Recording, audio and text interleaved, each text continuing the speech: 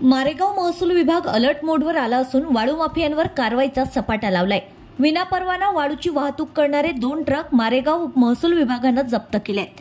Truck MS30 BE 4243 या क्रमांकाचा truck व MS27 DT 1683 या क्रमांकाच्या ट्रकमधून अवैध वाळूची वाहतूक करणाऱ्या 2 वाहनांवर कारवाई करून ही वाहने जप्त करण्यात आली आहेत। कोणताही वैध परवाना नसतानाही नदीपात्रातून अवैध वाळू वाहतूक करून रात्रीलाच ग्राहकांना चढ्या भावाने वाळूची विक्री केली जात असल्याचं चित्र सर्वत्र पाहावयास मिळतंय। कृत्रिम वाळू टंचाई भासवून ग्राहकांना अव्वाच्या सव्वा दरात वाळू खरेदी करण्यास भाग पाडलं जाते। महसूल प्रशासनाने कठोर भूमिका घेत अवैध वाळू वाहतुकीवर कारवाईचा सपाटा लावलाय।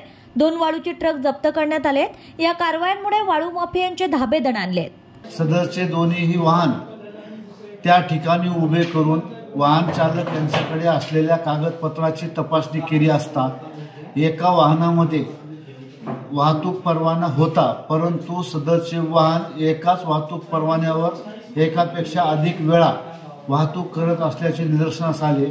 त्यामुळे सदरचे वाहन जप्त करण्यात आलेले आहे। तसेच दुसऱ्या वाहन चालकाजवळ कोणत्याही प्रकारचा वाहतूक परवाना नव्हता, त्यामुळे ते पण वाहन जप्त करण्यात आले।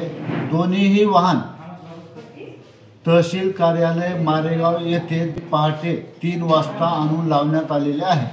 शासन निर्णयाप्रमाणे संबंधित वाहनावर दंडात्मक कारवाई करण्याची प्रक्रिया चालू आहे।